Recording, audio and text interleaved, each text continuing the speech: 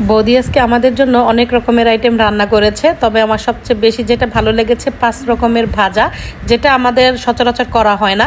তারা হচ্ছে কুমড়া ফুলের পাকোড়া, বেগুনি, তারপরে হচ্ছে চিংড়ি মাছ ফ্রাই, করলা ফ্রাই এগুলো করেছিল। আর এইদিকে হচ্ছে বৌদিদের বাসার নিচে খুবই সুন্দর একটা গার্ডেন আছে, তো এখানে বৌদিরা অনেক রকমের সবজি চাষ করে।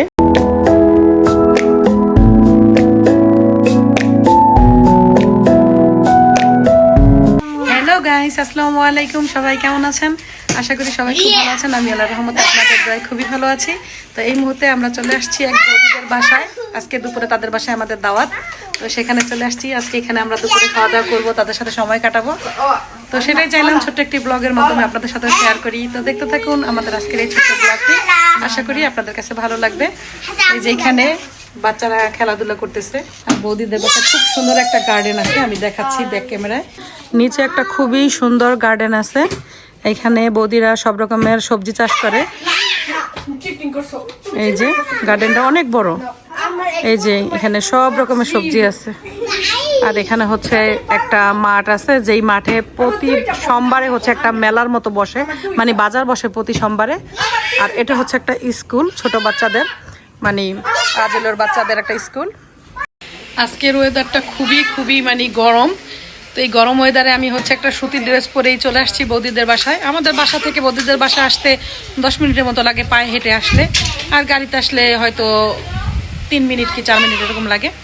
তো এই গরমের ভিতরে ঠান্ডা ঠান্ডা পেয়ে খাচ্ছি, প্রচুর গরম, মানে গরমে কোথাও যেতে ইচ্ছে করে না। তো বৌদিরা ইনভাইট করলো, তো এই চলে আসলাম, কি করার আর। এই যে এখানে সাহালাবাও খাচ্ছে। এই গরমে ঠান্ডা খাবারগুলোই বেশি মজা লাগে। এখন খাচ্ছি ঠান্ডা তরমুজ আর বৌদির হাতের বানানো ঠান্ডা ঠান্ডা পুডিং, আর এইদিকে বাচ্চারা বসে খেলা করছে। তো এখন হচ্ছে বৌদি খাবার বাড়তেছে, তো শুরুতেই বাচ্চাদের জন্য খাবার বাড়া হচ্ছে। তো এখানে আছে পোলাও, সঙ্গে আছে 5 রকমের ভাজা। তো চলো বন্ধুরা, এখন দেখাই বৌদি আজকে আমাদের জন্য কি কি আইটেম রান্না করেছে। তো অলরেডি এখানে সালাবা খেতে বসে পড়েছে, আর এই পাশে আছে হচ্ছে কুমড়ো ফুলের পাকোড়া, করলা ফ্রাই, চিংড়ি মাছ ফ্রাই, এখানে আছে বেগুনি ফ্রাই, এই পাশে আছে মাটন, এই যে এখানে মাটন রান্না করেছে। আর এখানে আছে ডাল, সালাদ, লেবু, আর এই পাশে আছে হচ্ছে চিকেন রোস্ট। তো এগুলো এখনও বাটিতে বাড়া হয়নি। এখানে আছে সরিষা ইলিশ, আর এই পাশে আছে হচ্ছে পোলাও। তো বৌদি আজকে অনেক রকমের আইটেম রান্না করেছে, তো এগুলো হচ্ছে এখন বাটিতে সার্ভ করা হবে।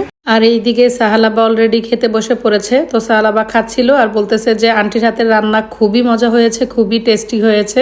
আর এইদিকে অন্য রুমে হানজালা, শিবলি ওরাও খাওয়া দাওয়া করতে বসে পড়েছে।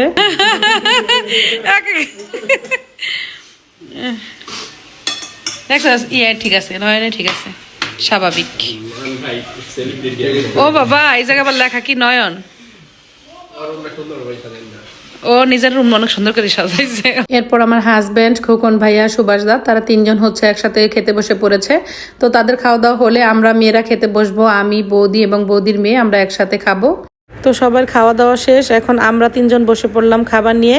আর বাচ্চারা সবাই বলতেছিল যে আজকে নাকি বৌদির হাতের রান্না ওদের কাছে খুবই ভালো লেগেছে। তো গাইস, খাওয়া দাওয়া শেষ করে এখন চলে আসছি বৌদিদের গার্ডেনে। আর বৌদিরা গার্ডেনে সব রকমের সবজিই লাগিয়েছে। যেহেতু এখন আমরা বিদায় নিয়ে বাসায় চলে যাব, তাই হচ্ছে ভাইয়া আমাদের জন্য কিছু ডাঁটা শাক তুলে নিচ্ছে। ডাঁটা শাক নিয়ে আমরা বাসায় চলে যাব। তো অলরেডি আমরা বাসার খুব কাছেই চলে আসছি। তো আমি চেয়েছিলাম আজকে পুরোটা দিন আমরা বৌদিদের বাসায় কিভাবে কাটাচ্ছি সেটা দিয়ে একটি ছোট্ট ব্লগ আপনাদের সঙ্গে শেয়ার করি। তো আমি আশা করি আমার আজকের এই ছোট্ট ব্লগটি আপনাদের ভালো লেগেছে। দেখা হবে পরবর্তীতে নতুন কোনো ব্লগে। সেই পর্যন্ত সবাই ভালো থাকুন, সুস্থ থাকুন। আজকের মতো সবাইকে বিদায় জানাচ্ছি। খোদা হাফেজ।